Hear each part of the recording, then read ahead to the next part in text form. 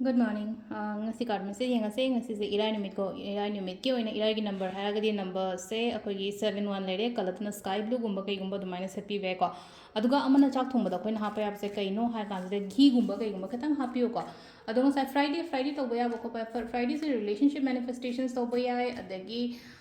beauty manifestations to boya ko ishagi oina laina ko ai gi oina haidi self manifestations gumba kai gumba su ka shu to ba kai ba kem ta lete ko relationship manifestation तौरसु कछु कायदे सुम आई खल्लो सिगी नुमिसदा को आई से याम फरे हक्चांग फरे बो हारसु आई कुचु कुमेन ओरो अमा ओरो याम फजा थोए कोले गाना इसा थाना सुम हाई को अदुम वाखन मैम खन बदसु अदुसु manifestations वाखल अमनि को अदु सिदा लेर को कादम गतंग थोकचरगे अदुगा केनो येंगासे को सिलेर को अहनबा अनिशुबा देन अहम सुबा को Hadi first second and third को फर्स्ट कार्ड खन बा येंगासे को हादी फर्स्ट कार्ड खन बंगा योना करी मैसेज नो फर्स्ट कार्ड खन बंगा योना सिलेजे को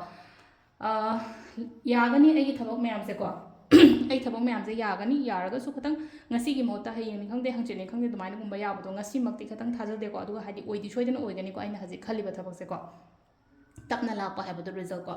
ani shuba khan basina silai je families ke ka yam phajana leimina ba khomina ba adumai toroga lei ko imung manung nu shijana na leimina ba families phajana leimina ba khomina ba amai toroga aduga ahum suba khan masina katang ngasi je chathok khoi ko da leina ko katang section biba question biba adumai na khara phagani ko ado personal consultations yum da laga yeng biba yagani adum ko pung tarai matung da kaida da number hapcharam ge ado adum call to biro ko aduga na traga adum han store number leibangi ko 7005 no hobo number do adum contact to biro ko